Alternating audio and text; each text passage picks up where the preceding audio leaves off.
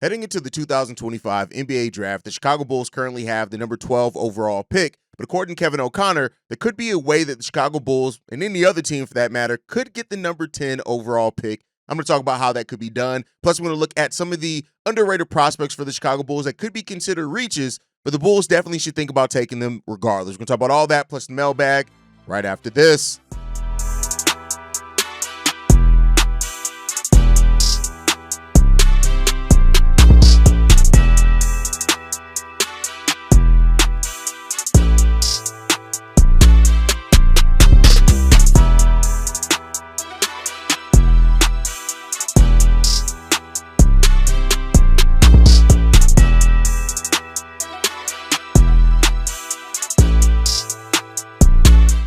What's going on, Bulls fans? Welcome to another episode of Chicago Bulls Central, your number one spot for everything Chicago Bulls related. I'm the host, Derek Hayes, but more importantly, you guys can follow the channel at Bulls Central Pod on every social media platform we happen to be on. With that said, let's go ahead and get into this content for today, y'all. And I want to talk about a couple of things, right? I want to talk about a few things and options that the Chicago Bulls have at their disposal currently right now, right? One of the things that recently came out was Kevin O'Connor of Yahoo Sports did mention that the Houston Rockets, who are looking to move their top 10 pick potentially for a star, are also open to kind of trading down for it to get more assets to go towards getting that star. And that's where the Chicago Bulls could come in at, right? Now, this is completely meathead speculation type level. We'll get into more analysis in the next segment after that. But I do want to start off with this, right? Is that with Kevin O'Connor saying that the number 10 overall pick is gettable, right? And again, you would have to give them more assets that they can then look to flip to get their star level player that the Houston Rockets could be coveting in getting and using that number 10 pick and not necessarily drafting a player. And with that said, Kevin O'Connor pointed out how last year the Minnesota Timberwolves used a 2030 unprotected first round pick and a 2030 pick swap with the San Antonio Spurs to get the number 8th pick in that draft, which turned into Rob Dillingham. Now, the Wolves didn't have to give up their own first round pick, which came in at number 27 in that to land the 8th overall pick. Now, that's specifically a situation for each team, right? And I don't know if the Rockets would be necessarily in the position of where they wouldn't want the number 12 because they are still looking to make a move. But if the Bulls were to package a number 12 pick, a number 2030 pick as well, right? And even a pick swap later down the road, those are all assets that the Houston Rockets could then use in their move to try to get their superstar to get more picks back, right? So a team's still getting a lottery pick. They're getting a chance at future picks as well. And then the Houston Rockets can add in even more of their own future picks to get that done. Now, that's a lot of what ifs, right? And I want to be clear there, right? That there is that opportunity for the Bulls to do that. Now, if the Bulls wanted, for example, if they wanted to keep their number 12 overall pick, I don't think that they would have to give up 2026, but even then, I don't think that they can do that since the Houston Rockets are looking to flip that immediately and try to get a star this offseason, right? But if Arturas Karnisovas is actually having he has a prospect on his board that moving up 2 more spots, which could be a Kaman Malawak, which again, we don't know if the Bulls actually have an even desire to draft Kaman, right? It seems like a center is not necessarily their focus there. They're focused on best player available. But even if that's the case, best player available as a top 10 pick is a little bit better than at number 12, and that's what the Bulls could look to do. This is all thinking and hoping that AK is more aggressive than what he's shown as far as acquiring more draft capital and trading up and things like that. That could not even be on the page for the Bulls. But it is an interesting point that, and not just the Bulls, I think other teams are going to definitely be calling in about Kevin O'Connor and him talking about it. Wasn't talking just about the Bulls, but of course me. I'm going to talk just about the Bulls and how it could affect them because guess what? I'm a Bulls fan. This is a Bulls channel, right? So if you want more kind of around general analysis on what this could mean for other teams in the NBA, I will cover it over on NBA Central this morning as well. But I think that overall, it just comes down to if the Bulls want to be aggressive and if they want to try to move up, there's a possibility to get that done. And one could even say that if they do have a guy that they identified, the same process could be used on a different team, using a future first, using your pick number 12 now, and try to be aggressive about moving up. And that's without giving up players, right? Like, again, the precedent has been set. Minnesota did it last year without even having a lottery pick to offer and still was able to get Rob Dillingham, which they could actually flip this season and get a start. That would be a crazy thing if that happened. You didn't give up your own first round pick in that draft, just future picks, and you end up using the player that you got in that to turn around and get a star. That's how like NBA stories are made, right?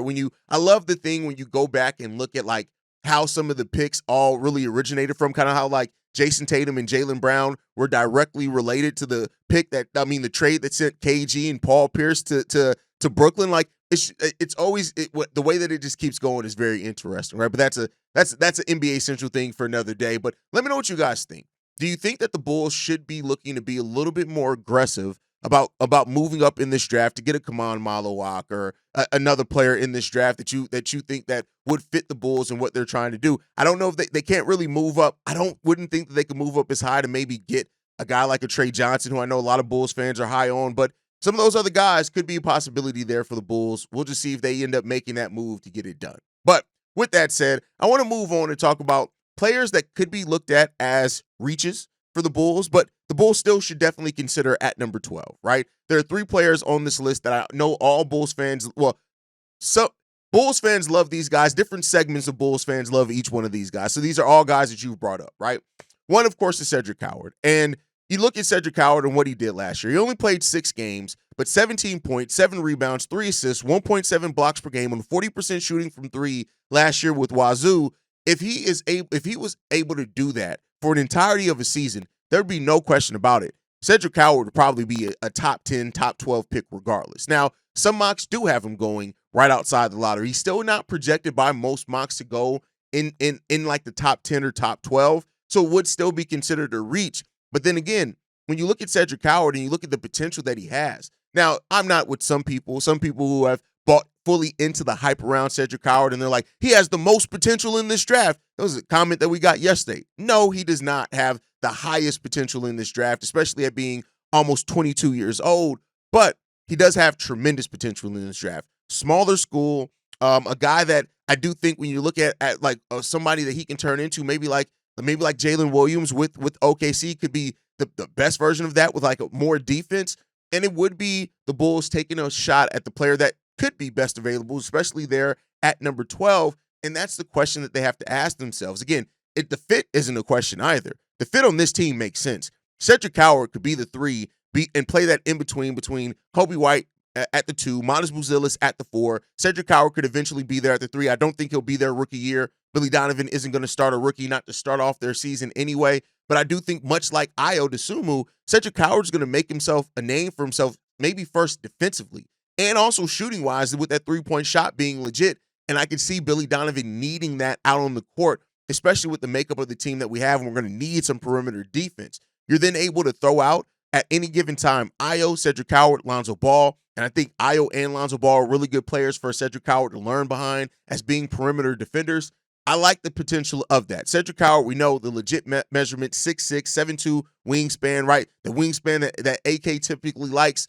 If the Bulls didn't pick top 12 in this draft, if they pick sub-lottery, anything 15 and on, I think Cedric Coward would absolutely be the pick by the Bulls. I think he would be the favorite player on the board by the Bulls. I think that they're just maybe keeping their cards close to the chest there on that one. But we'll see what happens there. But Cedric Coward is definitely somebody I think makes a whole lot of sense for the Bulls. And even if it is a reach at number 12, I think the potential is there, right? Next up, Thomas Sorber. Much like with Cedric Coward, because of having an injury and going to a smaller school, of course, has some knocks on his draft position. I think that's why the hype around him has built over the draft and wasn't there necessarily before the combine, right? But Thomas Sorber, if he did not suffer that foot injury last year, I have no doubts Thomas Sorber would clearly be a top 10 pick in this draft. Clearly be a top 10 pick, right? You look at what Cedric Coward brings to this team. Well, potentially to the court, right? 7'6" wingspan, which is legit, tied for the longest wingspan in the draft. He has legit size, strength, right? He's a good scorer. And, people have said, and this is more B minors, like, well, how many teams have back to the basket scores? Most teams still have back to the basket scores. I think people confuse back to the basket with being just solely a low post, old school post moves type player. Those are very different things, meaning that he can go in the post and put his back to the basket and score, but he still can turn that into face ups, right? Turn that into step backs. He has those type of things all from the rim all the way out to about 12 to 15 feet. How consistent that 12 to 15 foot jumper is going to be for him. That's what's going to really tell a lot. Every center doesn't have to shoot threes in the modern NBA to be effective. That's not the only way you can stretch the floor. As a center, if you can go out 15, maybe even 18, you can stretch the floor enough, especially with the drivers that we have in Coby White and Josh Giddey, that can get it done, right? You look at his court vision, the way his defensive IQ, all great. He's unselfish, and I think he's an underrated passer in this as well. He just hasn't had to use it a whole lot in Georgetown. When you look at his tape, you see those things.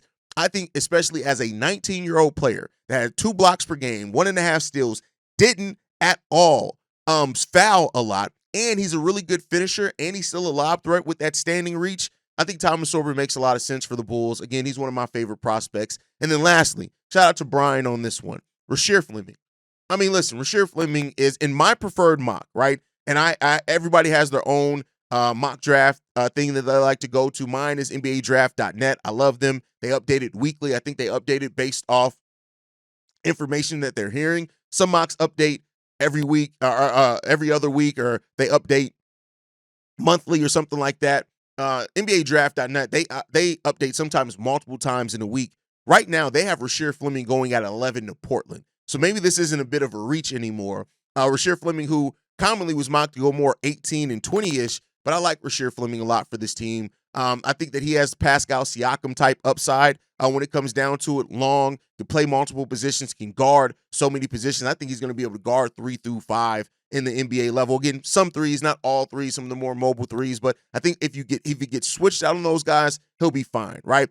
And you look at the wingspan, the defense, the three-point shooting, even his dribbling was kind of more advanced than people were giving him credit for when you look at the dribbling drills at the combine. Rasheer Fleming is, regardless if his best position ends up being center, ends up being power forward, I think that this is a guy that absolutely could do some wonders for the Chicago Bulls personally. But we shall see, right? I know that he's come up more from Bulls fans lately, and I love to see that. And it really just comes down to how the Bulls view his ceiling, and I think that's going to be a big part of that. But Rasheer Fleming has a lot of potential, I think, to help this team and other teams in the NBA as well. But with that said, it is Sunday, right? So that means it's Mailbag Day. Let's go ahead and get into these voicemails. This one's from Soul. Hey, how you doing? This your boy Soul.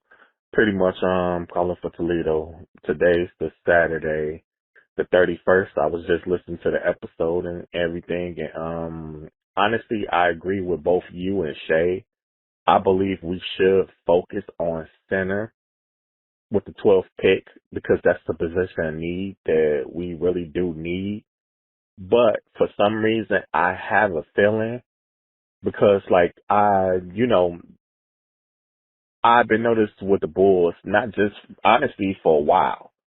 I don't see it may be like, even though our position is for center that's of need badly, but for some reason, I just got this feeling that I don't believe the Bulls would draft a center at 12. That'd be like last year, where we could have got, Khalil Ware, I believe, from Miami. We got Monis. Love Monis. Definitely love Monis. But think about it, we could have had a center last year at 11. I think, and the Bulls are like, AK is weird like that. Like, I feel that he will probably draft for center in the second round compared to the first round. And I definitely don't want to see, like y'all said, Igor Demi at 12. But I could see the Bulls drafting a guard. And Lord knows that's the last thing we need at 12. If that's the best position at the time, like, highest value at the time, I could definitely see that. Because we really don't, in the AK era, he don't really draft centers in the first round. That'd be something he'd do more the second round if he do, or he'll try to get one in the free agency, like, hey, well, you didn't get picked by a team, let me try to get you then.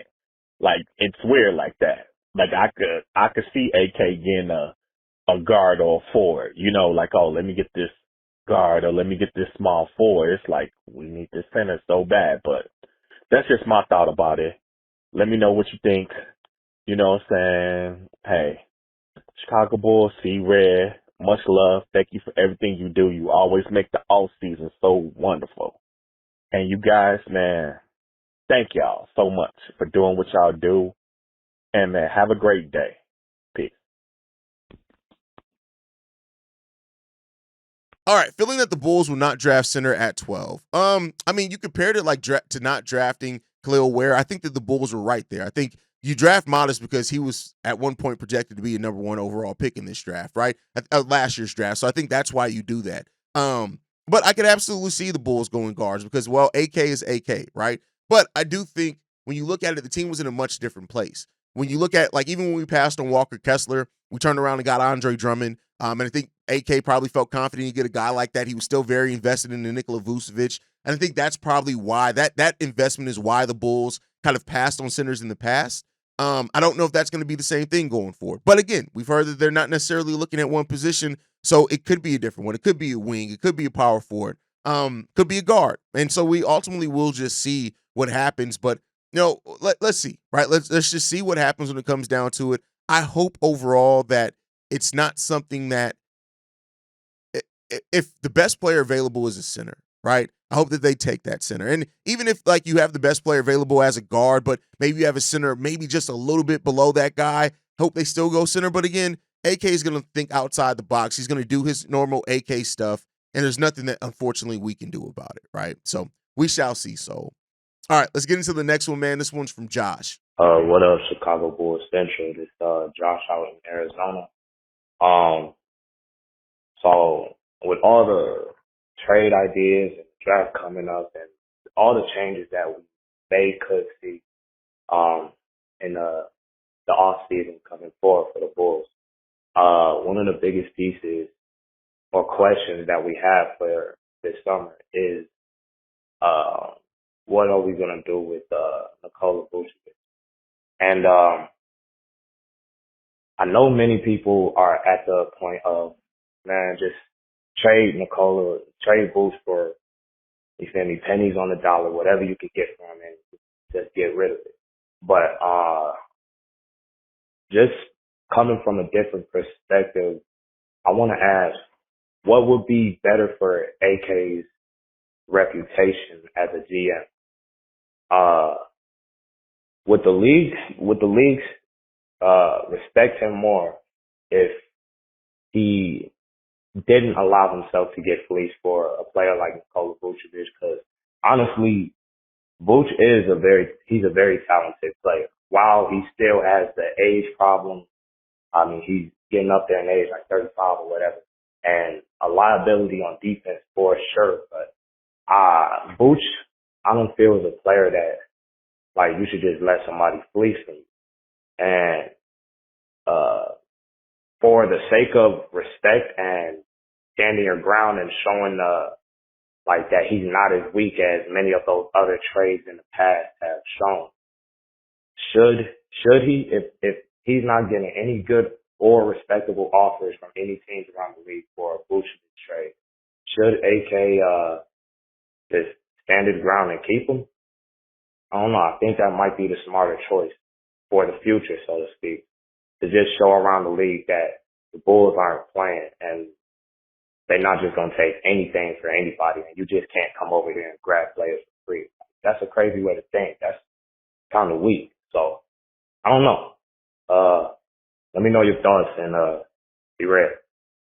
The only way that I would trade Vooch for pennies on the dollar is that if you get a center in this draft, and at that point you're comfortable rolling with Zach Collins, Jalen Smith, and you have a development plan for that center to get out on the court that you're drafting, right? Now, I will say this, as far as AK's reputation part of it, I don't think that matters when your team isn't winning. I don't think anybody's going to look at Vooch as an expiring contract and say, oh, the Bulls got fleeced, he's an expiring contract. Typically, just getting anything back for an expiring contract is looked at as a win because that player was most likely to walk away for nothing in free agency. So I think it's a little bit different of a scenario in this season with Vooch. If they had traded him maybe like in the first year of his deal, then and got fleeced then that may be a little bit different. But I think at this point now that because Vooch clearly doesn't fit kind of this play style the Bulls want to play in, that if they were to move him and maybe only get a couple of seconds back, I don't think that's going to be looked at as a fleecing because everybody kind of sees, like everybody's talking about it. Like Vooch doesn't necessarily fit the best way defensively.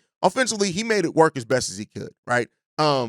So, again, the expiring contract portion of that, I think changes that a little bit too, a little bit. But I could completely see where you're coming from. I just don't know if that's going to hurt AK's reputation more than being a team that's stuck in the middle and it isn't winning basketball games at a high level yet. Personal opinion, but we'll see what happens there. All right, let's get into this next one, man. This one's from Isaiah. Yo, hey, just wanted to call in there really quick. And I just been seeing, it's Isaiah, by the way. I've been seeing a lot of people just commenting on the Bulls, and I feel like a lot of people aren't even watching them, never watched them, haven't been in the down seasons, whatever. I mean, technically been in the down season for a while, but I just want your take on this comment. Not like you don't care a whole lot, but you be roasting people, and I just want to see if, you see validity in this. Now, by no means am I saying that this dude doesn't have any type of sense, but I'm going to read it real quick. He says, the Bulls are the only team where a core of Josh Giddey, Coby White, Modest Bazelis is able to convince their fan base that they have a future. And it's like, to me personally, I'm not saying we're dead set to be this phenomenal team next season or within the next couple of years by any means. However, we are set up to be better than we have been. If the cards are on the table, yeah, we got to move a couple pieces, but our young core, man, we got a lot of young guys, bro, from Dalen, Julian, Ayo, even getting Giddey in here, Modest in here, still got Jalen Smith. I'm not saying that team is going to go on no run and we're going to end up in the conference finals, but people make it seem so bleak and they're just from the outside looking in, but sometimes I still get pissed off seeing it. This crispy ass nightcrawler, I wanted to slap him in the face, bro, but yeah, I don't know. I guess what's your take on that? Peace.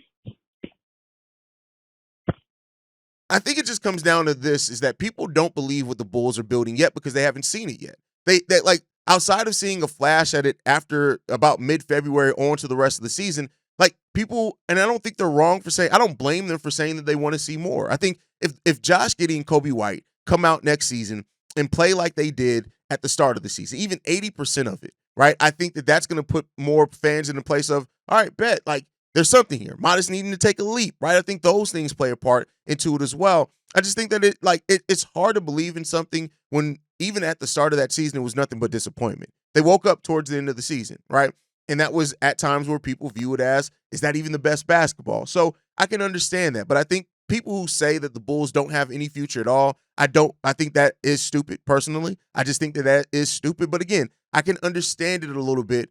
Understand this and agreeance is different. I don't agree. I do think it's a little bit of a stupid level of thinking, but I can understand it because again, this team has not they got to show it more meaningfully. And I think if Coby White and Josh Giddey and Modest, they come out next season and the Bulls are in games, they're playing pretty well. I do think things start changing there for the team. So we'll see.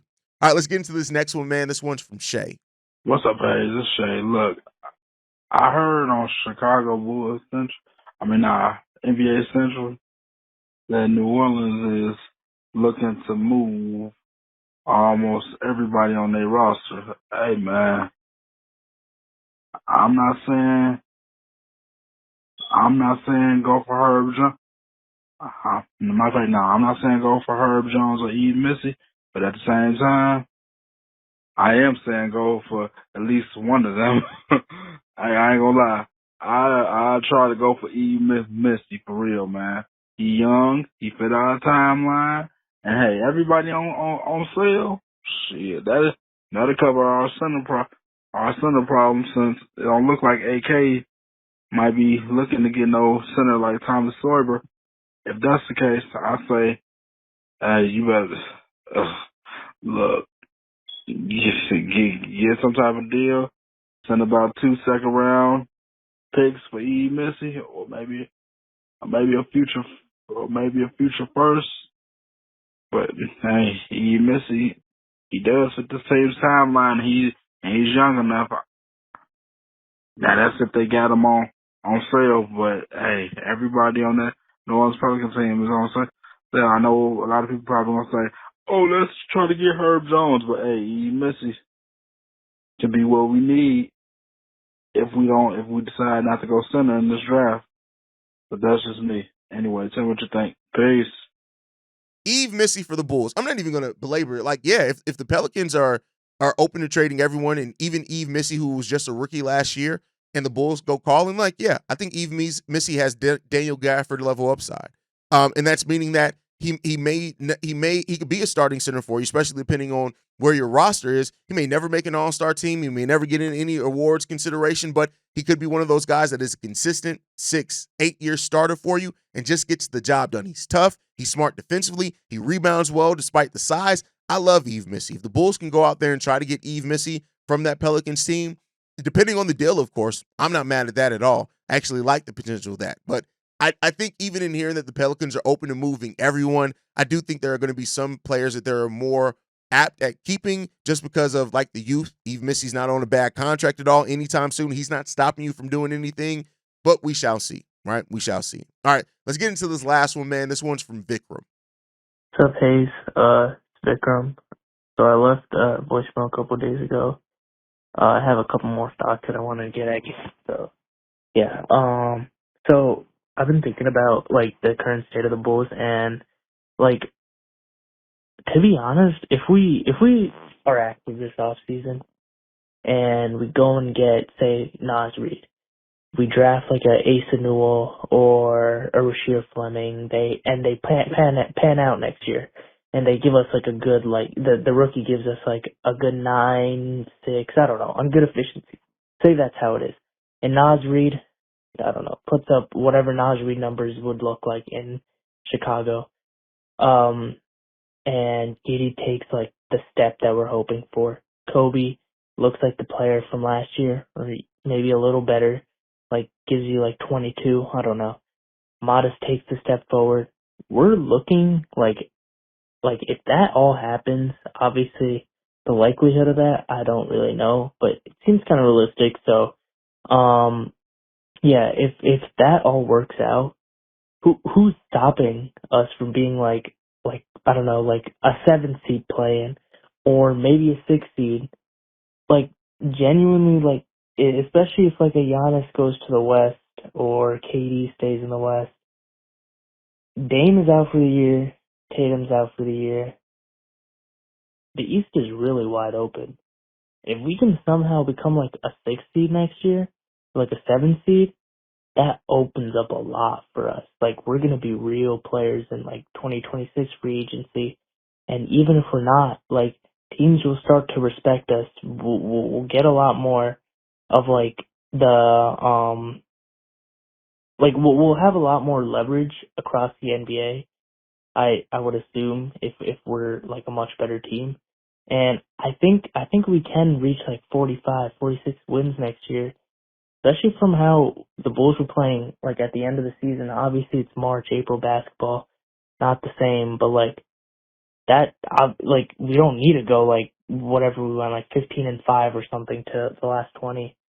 We can go like a solid like 45-37 for the season, and that would be a real improvement, and AK would be looked at as a better GM than we thought, I guess. Getting Naz Reid, if you get Naz Reid and a center in this draft, what could a 7 seed? I think it could be possible for sure. I think that, of course, Coby and Josh Giddey would have to keep up their level of play from the end of the last season, right? And they have to show that. Modest would have to take a step up. I would have to stay healthy as well to have some perimeter defense. But I think if you're able to add Naz Reid and get a really good center in this draft, as well as keeping some of your key pieces with moving off of other ones, yeah, I think that there's a possibility the Bulls can flirt with maybe even avoiding the play-in. But again, those things would have to happen. Coby and Giddey got to show and prove that how they finished that season last year was closer to who they're going to be the entirety of the season. Like I said in the last voicemail, 80%. You got to be 80% of what that, at least 80% of what they were as a backcourt together. And if they can be more than that, great. But if they can be at least that for the entirety of a season, yeah, I could see that. Modest also taking a leap, taking a step up. Not a leap. I don't think he has to make a leap until number 3, but if you continue making progressive steps, I think that'd be important there as well. So we shall see, Vicram. We shall see what this team could be next year, and we'll start seeing it in the draft. We'll see what this team does in the draft. But that's my time for today, guys. Make sure you guys are following us at Bull Central Pod. You send us any feedback, questions, comments, concerns, bullcentralpod@gmail.com. Lastly, if you want to leave a text message and our voicemail for the mailbag, the number to do so, 773-270-2799. We're the #1 spot for everything Chicago Bulls related, but that's thanks to you, lovely and beautiful people. And like I like to end every episode on, go Bulls. Love you guys. See you right if you can, y'all. Peace. This has been a presentation of the Break Media.